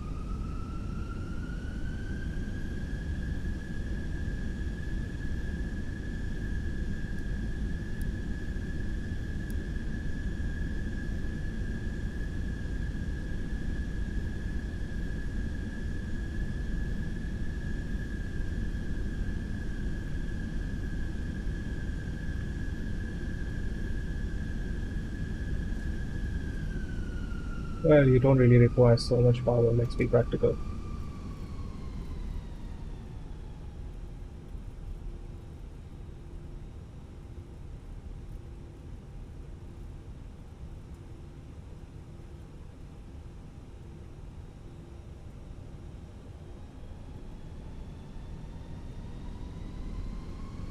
Yes, taxiing in the IL will be a challenge here because of the sheer size that airplane is. It's a behemoth. Almost there. Let the parking brake. The APU is available. Let's put the lights off. Lights are off. Get the bleed on. I'm hoping it's been 2 minutes. And yep, let's cut the engines. So why is going on? What is going on? Yep. All everyone. Can you please, people, yes please, open the doors, open the cargos, open everything, get the chocks, get the forward stairs. Since the chocks are in place, I can release the parking brake and beacon off, keep the signs off. Wait. Get the, there is no GPU in Lake. So why not? There's no point in me using that. Alright, TCAS is on standby. Yes, it is. Let's do our parking checklist. Parking brake chocks, stock set, engines off, wing light, off, fuel pumps. There it is, I forgot this. Off, parking checklist is complete. Thank you so much, that was lovely flying.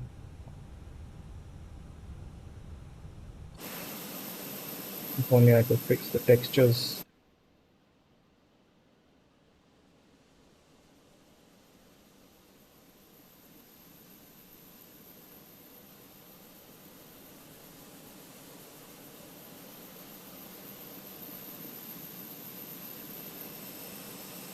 So that 380 right there is supposed to be an IL.